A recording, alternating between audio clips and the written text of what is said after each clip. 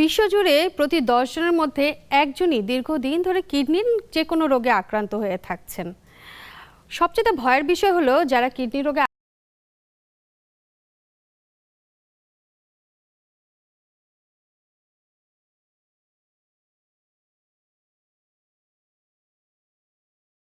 তাহলে কিভাবে বুঝবেন আপনার কিডনিটা সুস্থ আছে? কোন কোন লক্ষণগুলো একদমই অবহেলা করা যাবে না? প্রতিদিন কিভাবে আপনি আপনার কিডনিটাকে সুস্থ রাখতে পারবেন, অথবা কোন কোন অভ্যাসগুলো বাদ দিলে আপনার কিডনিটা ভালো থাকবে? দর্শক, এই সমস্ত প্রশ্ন নিয়ে আজকের আয়োজন। আমি ডাক্তার শারমিন জামান আপনাদের সাথে আছি, আর আপনারা দেখছেন নেক্সাস টেলিভিশনের স্বাস্থ্য বিষয়ক আয়োজন কেমন আছেন অনুষ্ঠান। দর্শক, কিডনি নিয়ে আজকে সমস্ত অনুষ্ঠানে কথা বলবো এবং এই বিষয়ে কথা বলার জন্য আমাদের সাথে আছেন একজন বিশেষ অতিথি। আমাদের সাথে আছেন ডাক্তার তাজকিরা সুলতানা চৌধুরী, সহযোগী অধ্যাপক, শহীদ সোহরাওয়ার্দী মেডিকেল কলেজ ও হাসপাতাল। আপনাকে স্বাগত জানাচ্ছি আমাদের আজকের আয়োজনে। ধন্যবাদ। দর্শক, আপনারা কিন্তু আমাদের অনুষ্ঠানে সরাসরি যুক্ত থাকতে পারেন। আপনার কিডনি নিয়ে জানা বা অজানা নানান ধরনের প্রশ্ন কিন্তু আপনাদের বিশেষজ্ঞ অতিথিকে করতে পারেন। আমরা সেই সমস্ত বিষয়গুলো নিয়ে কিন্তু আজকের অনুষ্ঠানের আয়োজন। আমরা কথা বলবো আজকে আমাদের কিডনিটা সুস্থ কতটুকু আছে সে বিষয়টা জানবো, কিন্তু তার আগে একটু আপনার কাছ থেকে জানি যে বর্তমান সময়ে বাংলাদেশের যে অবস্থাটা, তার মধ্যে আমরা বেশিরভাগ সময় দেখি কারো না কারো, অনেকেরই দেখা যাচ্ছে কিডনিতে কিছু না কিছু সমস্যা আছে, থাকছে, বা ইদানিং বেড়ে যাচ্ছে। আগে যেমন একটু কম পাওয়া যেত কিডনিতে কোনো রকম সমস্যা, এখন একটু বেড়ে যাচ্ছে। এই বেড়ে যাওয়ার পিছনে কি কি কারণ হতে পারে? ধন্যবাদ আপনাকে। কিডনি সমস্যাটা আমাদের এখন এক্সিস্টিং যতগুলো অসুখ নিয়ে আমরা ভয় পাই, নন কমিউনিকেবল ডিজিজ এখন হচ্ছে অনেক প্রকট। আগে যেমন বাংলাদেশে কমিউনিকেবল ডিজিজ নিয়ে আমরা বেশি চিন্তিত ছিলাম, রোগ সংক্রামিত রোগ নিয়ে, কিন্তু এখন হচ্ছে সারা ওয়ার্ল্ডই নন কমিউনিকেবল ডিজিজ, যেগুলো সংক্রমিত রোগ না, যেটা লাইফস্টাইল ডিজিজও বলা যায়। তার মধ্যে kidney disease, heart disease, obesity, diabetes, cancer, এই জাতীয় এটা হচ্ছে দায়ী। তো কিডনি ডিজিজ আসলে একা তো এটা এক্সিস্ট করে না। কিডনি ডিজিজ হচ্ছে একটা অনেকগুলো অসুখের, অনেকগুলো জিনিসের কমপ্লিকেশনের একটা অংশ হচ্ছে কিডনিতে প্রথমে আসে। কিডনিটা আমাদের হচ্ছে আমাদের শরীরের কি কাজ করে আগে আমরা যদি জানি, কিডনি হচ্ছে আমাদের শরীরের ছাকন যন্ত্র। মনে করেন একজন মানুষের শরীরটাকে যদি আমি একটা মেশিন মনে করি, সেই মেশিনটা যখন কাজ করার পরে, যেমন একটা গাড়ি যখন কাজ করে, গাড়ির মধ্যে তেলটা পড়ার পর একটা এক্সস্ট তৈরি হয়। সেই এক্সস্ট তৈরি হওয়ার পর সেই এক্সস্টের ময়লাটা তরল হতে পারে, গ্যাসীয় হতে পারে, কিছু সেমি সলিড পদার্থ হতে পারে। তো আমাদের শরীরে যখন বর্জ্যগুলো যায়, এই বর্জ্যগুলো বের করার জন্য আমাদের ন্যাচারালি আমাদের স্কিন থেকে ইভাপোরেশন হয়, আমরা শ্বাসের মাধ্যমে কার্বন ডাইঅক্সাইড বের করি, যেটা শক্ত বর্জ্য, যেটা মানে সলিড, সেটা স্টুলের মাধ্যমে পাস হয়, যেটা ইউরিনের সাথে পাস হয়, সেটা হচ্ছে পানির সাথে যে টক্সিক ম্যাটেরিয়ালগুলো মিলে বের হয়ে যায়। এই ছাঁকনির কাজটা করে কিডনি। তো আপনি জেনে অবাক হবেন, একটা কিডনি একদিনে প্রায় 70 লিটার মানে ব্লাডকে সে বারবার রিসার্কুলেট পরিশুদ্ধ করছে। এই 70 লিটার ব্লাডের মধ্যে মাত্র 1 লিটার আর 1200 থেকে 1400 ml কে সে এক্সক্রিশন হিসেবে বের করে দেয়, যেটা আমাদের প্রয়োজন নাই। হ্যাঁ, পানি হিসেবে বের করে দেয়। বাকি 70 লিটার কিন্তু বডির ভিতরে আবার রিসার্কুলেট হয়ে চলে যায়। তাহলে কিডনির এই ছাঁকনের যন্ত্রের মধ্যে আপনার 2টা কিডনিতে চিন্তা করেন অসংখ্য নেফ্রন, মিলিয়ন মিলিয়ন নেফ্রন কাজ করে, এবং প্রতিটা কিডনিতে এমন আছে কিছু কিছু নেফ্রন সারা জীবনেও হয়তো কাজ করে না, কিছু নেফ্রন কর্মরত থাকে। কারণ আমাদের প্রকৃতির কথা 2টা কিডনি, কারো যদি একটা কিডনি পুরোটাও নষ্ট হয়ে যায় এবং সেই কিডনিটা ফেলেও দেওয়া হয়, অন্য কিডনি কিন্তু কাজ করে এবং সেটাতে তার জীবন চলে যেতে পারে। সেই রকম কিডনির এই ছাঁকনির মাধ্যমে আমাদের টক্সিনগুলো বডি থেকে বের হয়। এখন কিডনি শুধুমাত্র কিন্তু ইউরিন প্রোডাকশন করে না, সে আপনার রক্ত তৈরির ক্ষেত্রে রক্তের কোয়ালিটির ফাইনাল প্রোডাক্ট, যেমন হিমোগ্লোবিনের ফাইনাল এন্ড প্রোডাক্ট তৈরি করার সময় আমাদের ইরাইথ্রোপয়েটিন বলে একটা জিনিস আছে, সেটা রক্তের মানে আরবিসি কাউন্টটাকে ঠিক রাখে, সেই হরমোনটা সে রিলিজ করে। কিডনি হচ্ছে ভিটামিন ডি সিনথেসিসের একটা অংশ, 3-4টা বড় পর্যায়ের একটা পর্যায়ে কিডনির মাধ্যমে হয়। ফলে কিডনি ডিজিজের রোগীদের কিন্তু দীর্ঘমেয়াদী ভিটামিন ডি, ক্যালসিয়ামের অভাব তৈরি হয়ে যায়, এবং কিডনি ফসফেট বের করে দেয়। ফসফেট আমাদের শরীরের জন্য ক্ষতিকর, এটা থাকা যাবে না, কিন্তু কিডনি রোগীদের ফসফেটটা সে বের করতে পারে না, তখন ফসফেট জমে যায়, তার জন্য কমপ্লিকেশন হয়। তার ব্রেনের ভেতরে মানে, এবং তার হচ্ছে মনে করেন ব্লাড প্রেশার কন্ট্রোল, যেটা খুবই ইম্পর্টেন্ট। ব্লাড প্রেশার কন্ট্রোলের ক্ষেত্রে আমাদের রক্তনালী, হার্ট যেভাবে দায়ী কাজ করে, কিডনিও তার জন্য একটা অনেক বড় অংশ। তো কারো যদি দীর্ঘমেয়াদী কিডনির অসুখ থাকে, তাদের হাইপার টেনশনও কিন্তু আস্তে আস্তে ডেভেলপ করে, এবং হাইপার টেনশনের জন্য কিডনি ফেলিওর, এটা ভাইস ভার্সা, দুইটাই দুটাকে অ্যাটাক করে। আর এমন একটা অঙ্গ কিডনি যেটা 70-71% নষ্ট হয়ে যাচ্ছে, কিন্তু তাও কিন্তু ক্রিয়েটিনিন বাড়ে না। কিন্তু যখন ক্রিয়েটিনিনটা 1.5 এর মাত্রা থেকে একটু ওঠা শুরু করলো, যদি মনে করেন 1.6 বা 7 হয়, আপনার হয়তো মনে হতে পারে এটা 0.2% বেড়েছে, বেশি না। নো, এটা এক্সপোনেনশিয়াল মানে রাইজ, এটা ওই ভূমিকম্পের মাত্রার মতো।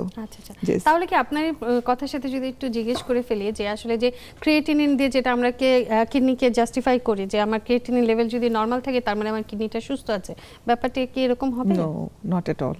ক্রিয়েটিনিনটা একটা কমনলি সহজে আমরা একটা রেডিলি করার মতো একটা টেস্ট, যেটা আমরা একটা বেসিক টেস্ট হিসেবে করতে পারি, কিন্তু এটা আমরা বেসিক ধরেন নর্মাল হেলথ চেকআপে ইনক্লুড করি, কিন্তু সেটার সাথে অবশ্যই আরো অন্যান্য তথ্য লাগবে। কারণ একজন মাসকুলার বডি বিল্ডের একটা মানুষের ক্রিয়েটিন বেশি আসতে পারে, কেউ যদি 4-5 ঘন্টার বেশি ফাস্টিং থাকে, পানি না খায়, তাদের ক্রিয়েটিন একটু বেশি আসতে পারে। ফলে এটা বেশি আসা মানে যে তার অসুখ হয়েছে, তার কিডনি, তা কিন্তু না। কিন্তু তার সাথে আমাদেরকে পেশেন্টের কোনো সিমটম যদি থাকে, কিছু স্পেশাল সিমটম আছে যেগুলো যদি একটা মানুষের শরীরে 2-3 মাস ধরে চলতে থাকে, প্লাস তার ক্রিয়েটিনিন বেশি, তখন অবশ্যই আপনাকে এটাকে মনোযোগ দিতে হবে। অবশ্যই। কিডনিকে এই সমস্যাটাকে অনেক সময় সাইলেন্ট কিলার বলা হয়, এটার কারণ কি? কারণ যে বললাম 70%, আপনি যখন দেখতে পাবেন যে আপনার সিমটম হওয়ার পরে আপনি কিডনির প্রবলেমটা ধরতে পেরেছেন, তাহলে তো সেটা তো অনেক দূর চলে গেল। সিমটমগুলো যদি একটু বলেন যে কি কি সিমটম থাকতে পারে? প্রথমত হচ্ছে সিমটমটা হচ্ছে প্রথমত পেশেন্টকে আমরা মানে তার লাইফ, তার ফ্যামিলি হিস্ট্রি জানতে চাই, তার বডি বিল্ড, লাইফস্টাইল, তার ওজন, তার ডায়াবেটিস আছে কিনা, প্রেশার আছে কিনা। কারণ হচ্ছে বাংলাদেশে আপনার কিডনি ফেলিওরের একটা অনেক বড় কারণ হচ্ছে আনকন্ট্রোল ডায়াবেটিস মেলাইটিস এবং আনকন্ট্রোল প্রেশার, ব্লাড প্রেশার। ঠিক আছে, এছাড়া লাইফস্টাইলের ভিতরে তার যদি আনহেলদি লাইফস্টাইল থাকে, মনে করেন সে অনেক বেশি মানে আপনার কনসেন্ট্রেটেড মানে প্রসেস ফুড খায়, হ্যাঁ, লবণ বেশি খায়, জি, ফাস্ট ফুড, প্রসেস ফুড। দক্ষিণাঞ্চলের মানুষরা যেমন শুটকি মাছ খান অনেক, তারপর অনেক র ভেজিটেবল, মানে যারা পার্বত্য চট্টগ্রামে, ওনারা অনেক আনসেফ খাবার কিন্তু ওনারা খান, ডিরেক্টলি কিছু জিনিস ওনারা হাফ কুক করে খেয়ে ফেলেন, বিভিন্ন হার্বস ইউজ করেন। আবার অনেকে এখন ওজন কমানোর জন্য অনেক ধরনের হার্বাল মেডিসিন, অনেক কিছু না জেনে না বুঝে ওগুলো বেশি পরিমাণে খেয়ে ফেলেন। তারপরে কিছু মানুষ আছে যারা কায়িক পরিশ্রম করে, তারা আদারওয়াইজ অনেক হেলদি, বাট তারা দেখা যাবে প্রতিদিন বাসায় এসে অর্ধেকটা তরমুজের জুস বানায় খেয়ে ফেললো, বা অর্ধেক মানে সে অর্ধেকটা কাঁঠাল খেয়ে ফেললো, অর্ধেকটা অনেকগুলো আম দিয়ে একটা জুস বানিয়ে খেয়ে ফেললো। অনেক পরিমাণ জুস যখন শরীরে ঢোকে, তখন কিন্তু শরীরে পটাশিয়ামের একটা লোড আসে। পটাশিয়াম কিডনির জন্য ক্ষতিকর, এটা নির্দিষ্ট পরিমাণে খেতে হবে, এটা শরীর বেশিক্ষণ রাখতে পারে না, এটা বের করে দিতে হয়। কিন্তু কেউ যদি অনেক বেশি মাত্রা লোড হয়, তখন অ্যাকিউট ফেলিওরে চলে যায়। তারপর মনে করেন হঠাৎ করে একটা মানুষের ডায়রিয়া শুরু হলো, এটা কিন্তু মানে মিডল এজ মানুষ, বিশেষ করে যারা মধ্যবয়স্ক, যারা অ্যাক্টিভ লাইফ লিড করে। তাহলে কি আমরা একটু বয়সটা যদি বলি যে সেক্ষেত্রে 30 থেকে 50 বছরের মধ্যে কি মানে আমি এটা মানে বলতে চাই আপনাদের মাধ্যমে যে যারা বাড়ির সবচেয়ে অ্যাক্টিভ, বাবা ভাই যারা বাইরে কাজ করছে, তারা কিন্তু মানে মাসকুলার স্ট্রং বডি বিল্ড। হঠাৎ করে একজন ভদ্রলোক 35 বছর ধরেন, সে আগের রাত্রে কোথাও দাওয়াত খেয়ে আসলো, তার ফুড পয়জনিং হলো, সে মনে করছে রাত্রে 11টা-12টার সময় হঠাৎ তার ঘুমের আগে তার একবার লুজ মোশন হলো। লুজ মোশন মানে মিন্স ওয়াটারি ডায়রিয়া, মানে ফ্রেশ ওয়াটারি ডায়রিয়া যদি কারো হয়, এটা 1-2-3 বার, যদি 1-2 ঘন্টার মধ্যে তার যদি 3 বার হয়, এবং সে যদি স্যালাইন রিপ্লেসমেন্ট না করে, এবং তারপর সকাল হতে হতে দেরি হয়ে যাচ্ছে, সে কিন্তু সারা রাত আর স্যালাইন নিতে পারছে না, ভাবলো আচ্ছা হলো, কাউকে এখন আর ওঠানোর দরকার নেই, এরকম কিন্তু অনেক পেশেন্ট আমরা পাই। সকালে যখন আসে তারা অ্যাকিউট রেনাল ফেলিওর নিয়ে আসে, কারণ অনেকের মানে হাইপারটেনশন কনসিল থাকে, সে জানেও না, অনেকের ডায়াবেটিস কনসিল সে জানে না, কিন্তু ওই একটা এপিসোডের জন্য সে একেবারে একটা অসুস্থ হয়ে সে আসলো, এটা কিন্তু পাই। ইয়াং পেশেন্টরা এভাবে আসে। আর যারা এল্ডারলি পিপল, তাদের তো আগে থেকে একটা অসুখ থাকে, আমরা কোমরবিড থাকে আন্দাজ করতে পারি, কিন্তু যে কোনো মানুষের diarrhoea, dysentery, acute water loss, কেউ বমি করছে বারবার, অথবা কেটে গিয়েছে, অনেক ব্লাড হচ্ছে, মানে অ্যাক্সিডেন্ট করেছে, সেই অনুযায়ী তাকে আপনি ব্লাড রিপ্লেসমেন্ট করেন নাই, তাহলে কি এটা বলতে পারি যে ধরেন অনেক গরম পড়ে যাচ্ছে, পানির তৃষ্ণা অনেক বেড়ে গেছে, তারা তখন তো দেখা যাচ্ছে শরবত খাওয়ার পরিমাণ অনেক বেড়েছে, অনেকে দেখা যাচ্ছে শরবতের বদলে শুধুমাত্র স্যালাইন খাচ্ছে, স্যালাইন ওয়াটার খাচ্ছে।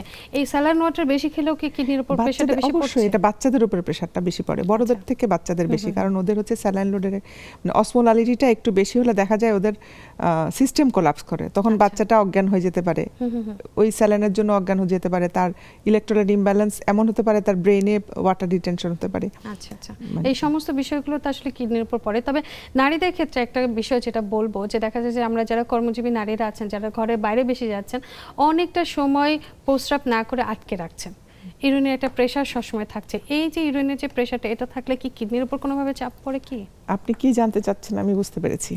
হ্যাঁ, এটা আসলে আরেক দিকে চলে যায়, যে এটা আরেকটা অনেক বড় চ্যাপ্টার, সেটা হচ্ছে লোয়ার ইউরিনারি ট্র্যাক্ট সিমটম, মানে প্রস্রাবে জ্বালা পোড়া এবং মানে সংবেদনশীলতা বেড়ে যাওয়া, মানে এটা দেখা যায় যেসব নারীদের বেশি হয় তাদের কিন্তু কন্টিনিউয়াসলি হয়, একবার দুবার তাদের ভালো কিডনি হয় ফেলিওর না। কিভাবে হয় আমি বলছি।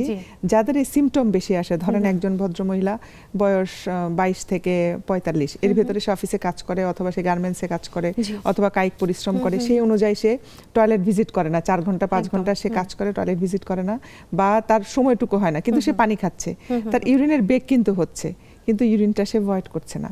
এখন দেখেন মূত্রথলিটার যে বাহিরের যেই মানে আউটফ্লো, যেটা মূত্র নালী, ইউরেথ্রা, সেটা কিন্তু খুব চিকন একটা টিউব, মানে খুবই চিকন, এটা 4 সেন্টিমিটার লং এবং হচ্ছে লেস দ্যান 1.5 সেন্টিমিটার তার ওয়াইডের একটা জিনিস। অথচ মূত্রথলিটা কিন্তু 300 ml 400 ml 500 ml পর্যন্ত ফ্লুইড নর্মালি ধরতে পারে। তার অত চিকন একটা টিউব ওই পরিমাণ পানিকে ধরে রাখছে, সে কিন্তু সমস্ত কাজ করছে দিনের পর দিন। এই যে আটকে রাখছে, তখন এই মাসেলটা কি হয়, তখন সে জিমে যাওয়া মাসেলের মতো হাইপারট্রফি হয়ে যায়, স্ট্রং হয়ে যায়।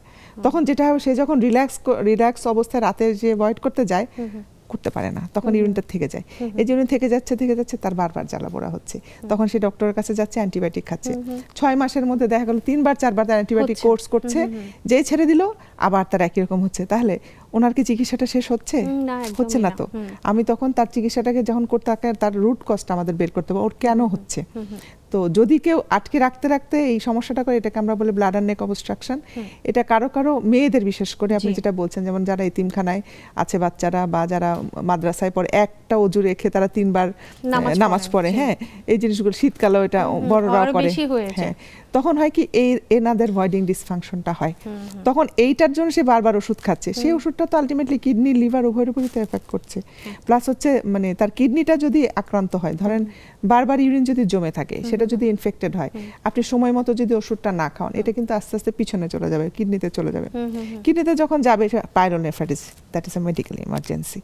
পাইলোনেফ্রাইটিস হওয়া মানে রোগীর জ্বর এসে যাবে, কাঁপুনি দিয়ে জ্বর আসবে, বমি করবে, খেতে পারবে না, এবং তার WC কাউন্ট অনেক বেড়ে যাবে। প্রয়োজনে মানে পেশেন্ট খারাপ থাকবে, তখন পেশেন্টকে, বয়স্ক হলে তো অনেক সময় আমাদের আইসিইউতেও নেওয়া লাগে এসব পেশেন্টকে, কারণ ওদের প্রেশার ফল করে, তারপরে হচ্ছে রোগীর অজ্ঞান হয়ে যায়, অনেক রকমের এমার্জেন্সি কন্ডিশন তখন চলে আসে।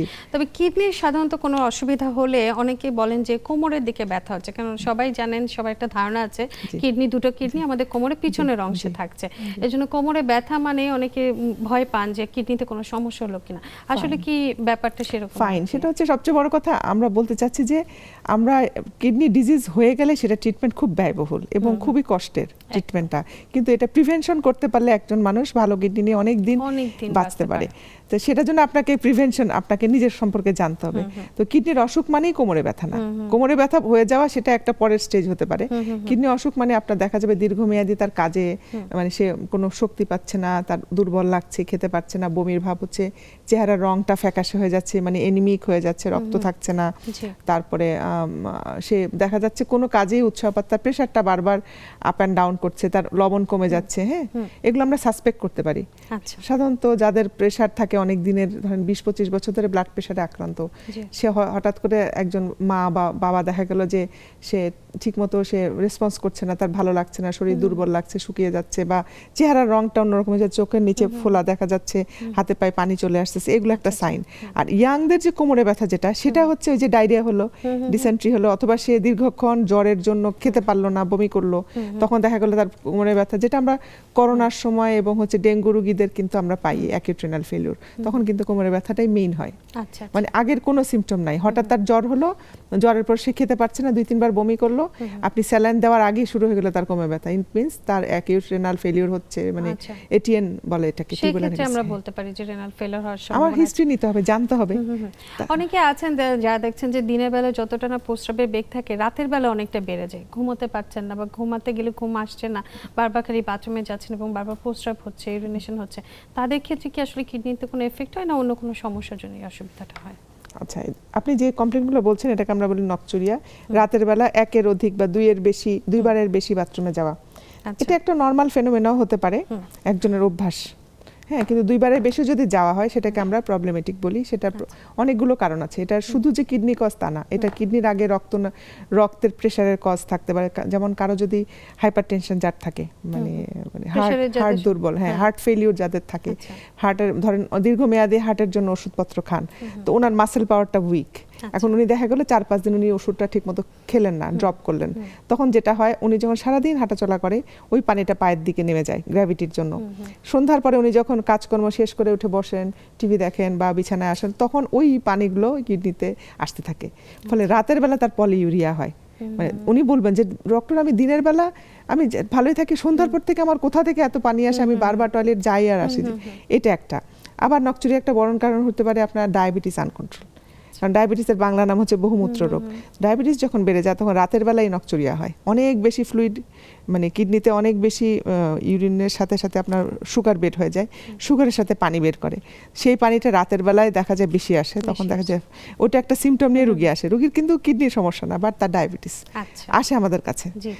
আরেকটা হতে পারে কিডনি ফেলিউরের জন্য নকচুরিয়া হতে পারে। ফেলিউরের জন্য যেটা হয়, সে ছাকন যন্ত্রটা ঠিক মতো কাজ করতে পারছে না, সে বিশ্রাম নিচ্ছে না, সে যখন রেস্টে যায় তখন তার ফ্লুইড আসে, তখনও তাদেরও নকচুরিয়া আসতে পারে। তাহলে এটা হলো আমাদের এটাকে আমলে নিতে হবে। যাদের কিডনি ফেলিওর হওয়ার সম্ভাবনা আছে বা হয়ে গেছে, তাতে প্রথম কোন লক্ষণটা ঘরে বসে বুঝতে পারবে যে তার আসলে খুব এমার্জেন্সি কন্ডিশন?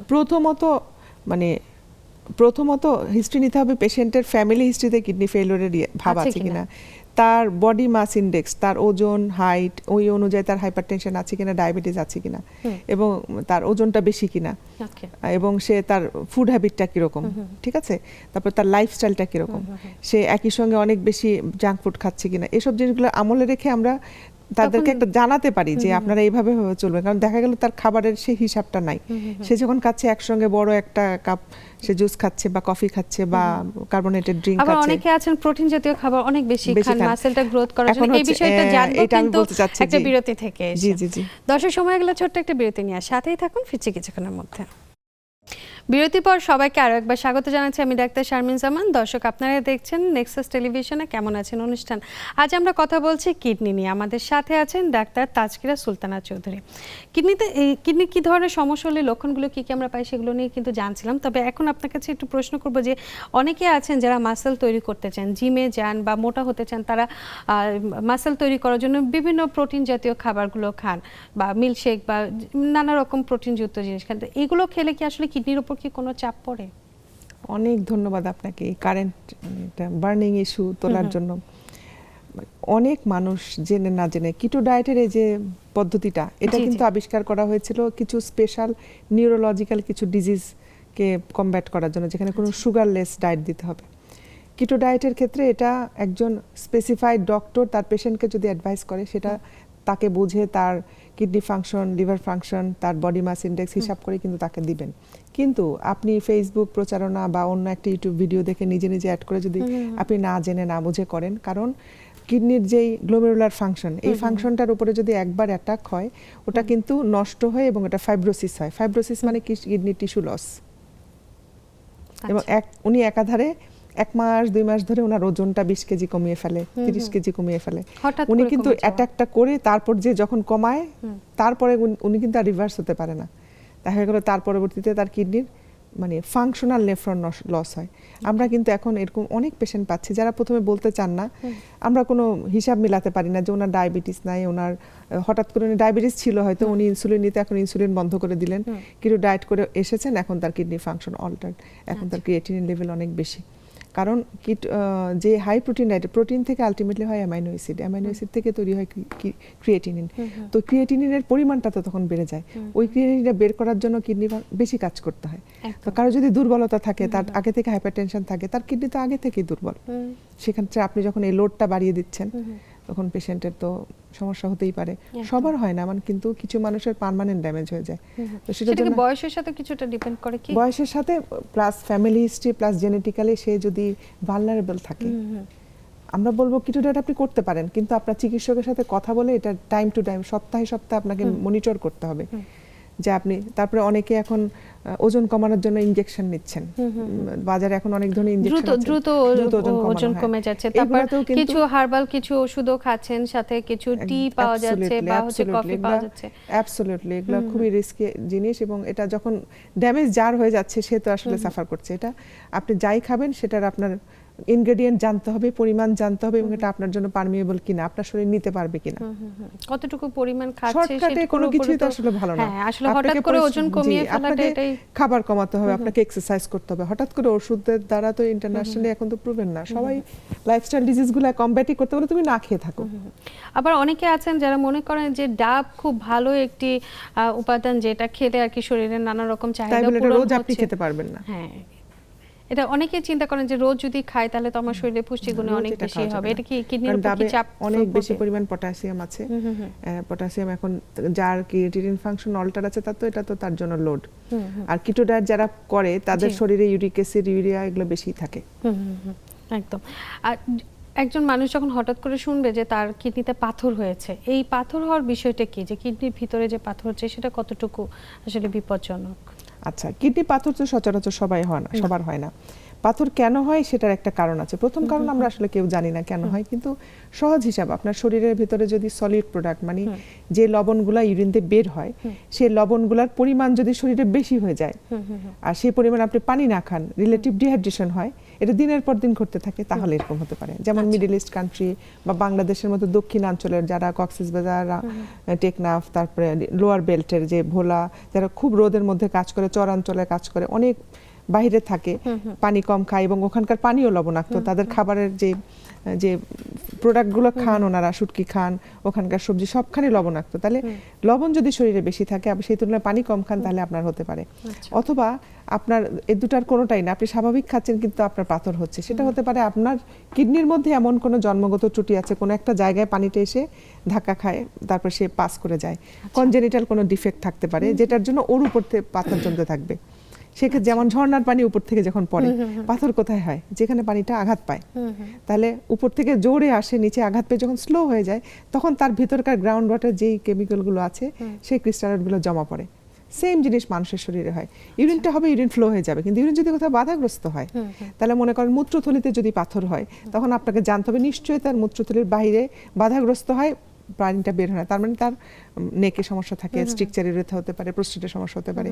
কারো যদি কিডনির নালীতে সমস্যা, পাথর ধরে ধরে নালীর নিচের জায়গায় কোথাও ব্লক আছে।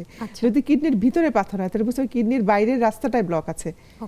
হয় জন্মগত ব্লক, অথবা বারবার ইনফেকশন, ইনফ্লামেশন হয়ে চেপে গেছে জায়গাটা। এই সেক্ষেত্রে কি চিকিৎসাটা দেওয়া কি সহজ? বাংলাদেশ সম্পূর্ণ পাথরের চিকিৎসা, কিডনির মানে যত অত্যাধুনিক চিকিৎসা আছে বাংলাদেশ প্রায় মানে শতকরা 95% চিকিৎসা বাংলাদেশে সম্ভব, ইনক্লুডিং ক্যান্সার। সবগুলো চিকিৎসা সম্ভব। কিছু জিনিস আমরা বাংলাদেশে এখনো সেই পরিমাণ চালু হয় না, যেমন কিডনি ট্রান্সপ্লান্ট। কিডনি ট্রান্সপ্লান্টও বাংলাদেশে হচ্ছে, কিন্তু সীমিত আকারে হচ্ছে, অনেক বেশি মাত্রায় হচ্ছে না। কারণ ট্রান্সপ্লান্টের এখানে একটা অনেকগুলো জটিলতা আছে। এখানে মনে করেন যারা কিডনি দিবেন, ডোনেশন দেওয়ার এই প্রক্রিয়াটা অনেক জটিল, এবং এটার জন্য যে আইন তৈরি হয়েছে সম্পূর্ণ রিলেটেড ডোনার ছাড়া কিডনি ফলে ট্রান্সপ্লান্টটা এখানে কম হয়।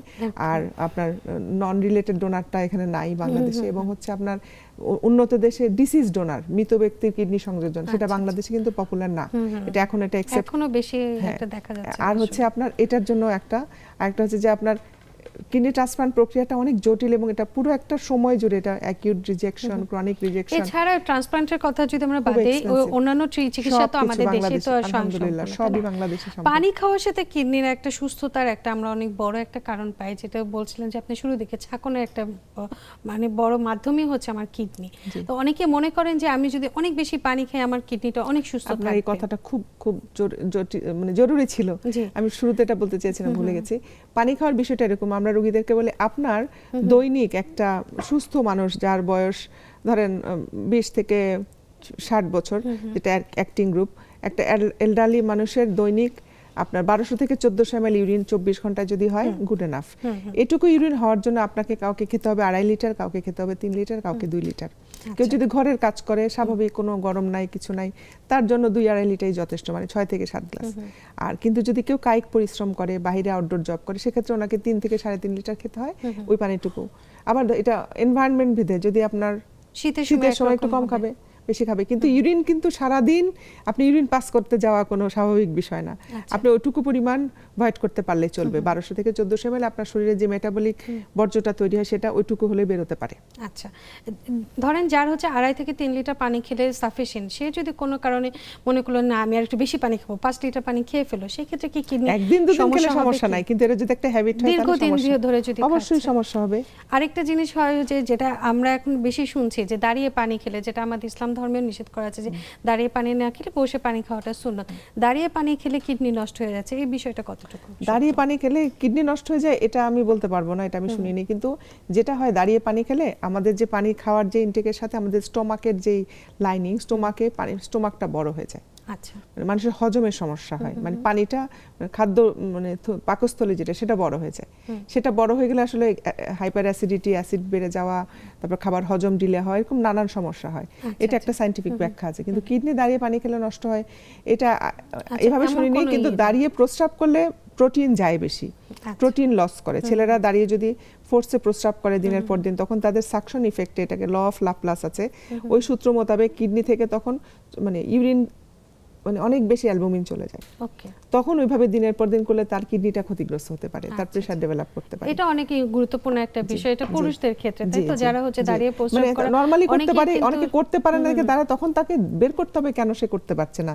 কিন্তু দাঁড়িয়ে প্রস্রাব করে এটা ঠিক করাটা তার ঠিক না। অনেক পুরুষ, যেমন গতকালকে একজন বলছে উনি বসে করতে পারে না, দাঁড়িয়ে প্রস্রাব করতে হয়, কিন্তু ওইটা প্রস্রাব করা যাবে না দীর্ঘদিন।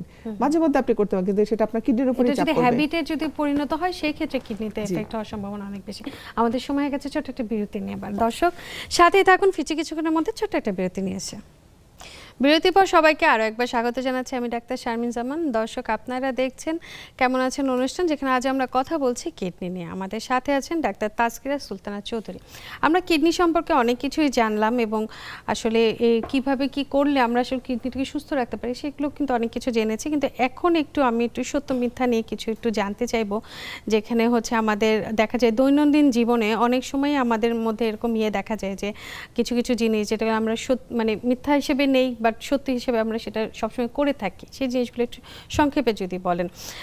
কিডনি নষ্ট হলে শুরু থেকে স্পষ্ট লক্ষণ দেখা যায়, কিডনি নষ্ট হলে শুরু থেকে কোনো কোনো লক্ষণ দেখা দেয়, কি সত্য না মিথ্যা? সত্যি। প্রতিদিন পর্যাপ্ত পানি খেলে কিডনির সব রোগ প্রতিরোধ করা যায়। শুধু ডায়াবেটিস রোগীদেরই কিডনি রোগ হয়। উচ্চ রক্তচাপ কিডনি নষ্ট করতে পারে। অবশ্যই। ব্যথার ওষুধ ঘন ঘন খেলে কিডনির ক্ষতি হতে পারে। অবশ্যই। প্রস্রাবের ফেনা হলে সেটি সবসময় কিডনি রোগের লক্ষণ। নো, সব সময় না। আচ্ছা, কিডনি রোগ হলে অবশ্যই কোমরে ব্যথা হবে। না, সব সময় না। আচ্ছা, নিয়মিত কিডনি পরীক্ষা শুধু বয়স্কদের প্রয়োজন। নো। অতিরিক্ত লবণ খাওয়া কিডনির জন্য ক্ষতিকর। অবশ্যই। ধূমপান কিডনির ক্ষতিকর ঝুঁকি বাড়ায়। ঠিক, বাড়ায়। হার্বাল বা ভেষজ ওষুধ সব সময় কিডনির জন্য নিরাপদ। একদম না। শরীরে ফোলা, যেমন পা, মুখ বা চোখের নিচে, কিডনি সমস্যার লক্ষণ হতে পারে। কিডনি রোগ একবার হলে কখনো নিয়ন্ত্রণ করা সম্ভব নয়। এটাও ঠিক না। কিডনিতে পাথর আর কিডনি বিকল হওয়া একই বিষয়। নো, দুই জিনিস। দুটো জিনিস। আচ্ছা, ডায়ালাইসিস শুরু মানে রোগীর জীবন শেষ হয়ে গেছে। নো, এটাও ঠিক না। আচ্ছা, শেষের প্রশ্নটা নিয়ে একটু শুরু করি যে ডায়ালাইসিসের যে বিষয়টা, কোন পর্যায়ে গেলে একজন রোগীর জন্য ডায়ালাইসিসটা দরকার হয় আসলে? ধন্যবাদ। ডায়ালাইসিস মানে এটাকে রেনাল রিপ্লেসমেন্ট থেরাপির একটা টেম্পোরারি মেজার। কারো কিডনি নষ্ট হয়ে গিয়েছে, কিডনি এখন ইউরিনের সাথে বর্জ্যটা বের করতে পারছে না, ক্রিয়েটিনিন বেড়ে যাচ্ছে, ইউরিক অ্যাসিড বেড়ে যাচ্ছে, রোগীর অনেক সিমটম হচ্ছে, সেটা খেতে পারছে না, বমি করছে, শরীর ফুলে যাচ্ছে, রক্ত কমে যাচ্ছে। একটা আস্তে আস্তে তার সমস্ত মানে সমস্যাগুলো এভিডেন্ট হতে থাকবে। আর ক্রিয়েটিনিনটা এমনভাবে বাড়তে থাকবে, সে আর কোনোভাবেই সে দৈনন্দিন জীবনযাপন করতে পারবে না, সে খেতেই পারবে না, শরীরটা ফুলে টনটন। হ্যাঁ, এটা অন্যরকম কষ্ট। তখন আমরা পেশেন্টকে আমরা হিসাব করি যে ওনার কিডনির অবস্থা কি, এটা কি অ্যাকিউটলি নষ্ট হলো না দীর্ঘমেয়াদী নষ্ট হলো। যদি দীর্ঘমেয়াদী কিডনি ফেলিওর হয়, ক্রনিক রেনাল ফেলিওর, সেক্ষেত্রে আমরা তাকে আস্তে আস্তে করে তৈরি করি তাকে যে না আপনার আলটিমেটলি ডায়ালিসিস লাগতে পারে, কিন্তু আপনি এইভাবে চলেন। কিন্তু অনেক সময় রুগীরা আমাদের কাছে ধরেন একটা পেশেন্টের একটা পাথর আটকেছে দুই পাশে আমরা পাই এই ধরনের নেগলেক্টেড কেস পাই, যেটা পাওয়ার কথা না। হ্যাঁ, তার দেখা গেল তার 8-10 বছর ধরে পাথর আছে, একই সঙ্গে 2টা কিডনির নালি দিয়ে পাথরটা আটকে তার ক্রিয়েটিনিন এখন একসাথে 7-8। আচ্ছা, ঠিক আছে, ভদ্রমহিলা বমি করছে, জ্বর এসে গেছে, কাঁপুনি দিয়ে জ্বর আসছে এবং রুগী খুবই অসুস্থ। এইসব রুগীর ক্ষেত্রে আমরা মানে কোনো সময় না দিয়ে ওনাদেরকে ইনস্ট্যান্টলি আমরা হাতে হেমোডায়ালিসিসের মানে হাতে বা গলায় ক্যাথেটার করে তাকে আমরা ডায়ালিসিস জন্য, এদের ক্ষেত্রে ডায়ালিসিস কিছুদিন পাওয়ার পরে তাকে আমরা রেডি করে সার্জারি করে পাথরটা রিমুভ করে দিই, অথবা তার স্ট্রিকচার থাকলে অথবা তার টিউমার থাকলে, অনেক সময় সার্ভাইকাল ক্যান্সার বা তলপেটের ক্যান্সারের কারণে কিডনি বন্ধ হয়ে যায় নালি, তখন সে ফেলিউরে চলে যেতে পারে। এদের ক্ষেত্রে ডায়ালিসিস করে রুগীকে রেডি করে অপারেশনের পরে আবার আমরা যদি কিডনিটার নালিটা খুলে দেই, পেশেন্ট রিভার্স করে। কিন্তু দীর্ঘমেয়াদী কিডনি নষ্ট যাদের হয়, যেমন ডায়াবেটিস পেশেন্ট অথবা হাইপারটেনসিভ পেশেন্ট, অথবা তার আগে থেকে গ্লোমেরুলোনেফ্রাইটিস বা ক্রনিক কিডনি ডিজিজ আগে থেকে ছিল, তাদের ক্ষেত্রে ডায়ালিসিস তো করতেই হবে। এবং আলটিমেটলি শুধু ডায়ালিসিস না, তাদেরকে বলতে হবে আপনার এটা টেম্পোরারি মিজা ডায়ালিসিস 1-2-3 বছর করবেন, বা এর মধ্যে আপনি আপনার ডোনার খোঁজেন, আপনাকে আমরা কিডনি রিপ্লেসমেন্টের জন্য অ্যাডভাইস দিব। যদি রিপ্লেসমেন্ট না করা যায়, ট্রান্সপ্লান্ট যদি না করা যায়, তাদের কি ডায়ালিসিসটাই শেষ আজীবন ভরসা? Until he or she die। এটা কি মানে 10-15 বছরও হতে পারে? আমাদের সিরিজে 12 বছর 13 বছর ডায়ালিসিস চালাচ্ছেন, বাংলাদেশেই আছেন, বাংলাদেশে মেইনটেইন করছেন, উনি চাকরি করছেন, ব্যাংকে চাকরি করছেন, কাজ করছেন, মানে সুস্থ জীবনযাপন করছেন, সাথে ডায়ালিসিসটাও উনি করছেন। নিজে ডায়ালিসিস এতে যে করে আসেন, বাকি কাজ করছেন। আমাদের এরকম বেশ কয়েকজন পেশেন্ট আছেন। আচ্ছা, এটা কিন্তু আশাব্যঞ্জক কথা যে আসলে ডায়ালিসিস করার পরেও তিনি শুধু সুস্থ জীবনযাপন করতে পারেন, তার প্রতিদিনের যে কাজকর্মগুলো আছে, অফিস করা, নিজের চলাফেরা করা, সবকিছু যদি করতে পারেন, তাহলে তো আসলে এটা একটা ওষুধের মতনই কাজ করছে, তাই না? যদি এটা ব্যয়বহুল। হ্যাঁ, এটা ব্যয়বহুল কি শুধু বাংলাদেশের ক্ষেত্রে নাকি সারা বিশ্বে? কিন্তু সারা বিশ্বে তো স্বাস্থ্য ব্যবস্থাপনা তো আপনার ইন্স্যুরেন্স থাকে, সেটা নাই, সেজন্য এটা ব্যক্তিগত পর্যায়ে চলে যায় সরকারিভাবে। এবার একটু ব্যথার ওষুধ নিয়ে একটু জানি আপনার কাছে, যে ব্যথার ওষুধ মানেই যে সবাই জানে যে এটা কিডনি নষ্ট করে দিবে, কতগুলো আসলে ব্যথার ওষুধ খেতে পারবে একজন মানুষ, বা কিডনিতে কিভাবে এফেক্ট করতেছে এই জিনিসটা, এটা যদি একটু বলেন। জি, ব্যথার ওষুধের মানে স্পেশালি যারা NSAID মানে নন স্টেরয়েডাল অ্যান্টি ইনফ্লামেটরি, এরা যেই পাথওয়ে তাতে ব্যথাটা কমায়, ওখানে একটা প্রোস্টাসাইক্লিন প্রোস্টাগ্ল্যান্ডিন একটা কম্বিনেশন আছে, ওখানে এমন একটা জিনিসকে ডাইরেক্টলি সে কমিয়ে দেয়, ফলে ইনফ্লামেশনটা বন্ধ হয়ে যায়। ইনফ্লামেশন বন্ধ হয়, তার আর ব্যথা হয় না, পেশেন্ট খুব আরাম বোধ করে ওষুধগুলো খেলে তীব্র ব্যথায়।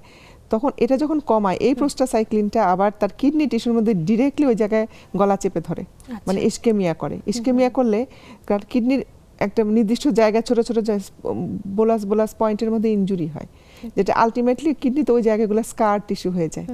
ভবিষ্যতে ওখানে স্টোনও হতে পারে, কারো এখানে ওটা 2-3টা জায়গায় অংশ নিয়ে ওই জায়গাটা সিস্টিক মানে ওখানে সিস্টিক সোয়েলিংও হয়ে যেতে পারে, মানে রেনাল সিস্টও তৈরি করে ফেলতে পারে, মানে কিডনির ক্ষতি করেই। মানে এই ওষুধগুলো মেডিকেশন তবে 1-2বার না, ধরেন একটা পেশেন্ট যদি 7 দিন 8 দিন 10 দিন খেতে থাকে, দীর্ঘদিন বারবার খেতে থাকে, হ্যাঁ, যেমন আমরা এরকম পেশেন্ট পাই ঢাকার বাইরে, ওনারা কায়িক পরিশ্রম করেন, কৃষিকাজ করেন বা ধানের কাজ করেন, বলেন কি ম্যাডাম সারাদিন কাজের পরে ওই লাল ওষুধটা না খেলে তো আমরা ঘুমাতে পারি না, প্রতিদিন উনি খান, খেয়ে কাজ শুরু করেন, আবার যেহেতু শরীরে একটা ব্যথা মাসের পর মাস ওনার খেয়ে যান, এবং খুব আনফরচুনেটলি অল্প বয়সে ওনাদের কিডনিগুলো সেখানে ইনজুরি নিয়ে আসেন। আচ্ছা, আমাদের সাথে একজন দর্শক আছে, আমরা একটু প্রশ্নটা নিয়ে নিই। দর্শক, নাম বলে প্রশ্নটি করুন। ওয়ালাইকুম আসসালাম। দর্শক জি, আচ্ছা দর্শক, আপনার প্রশ্নটি করুন।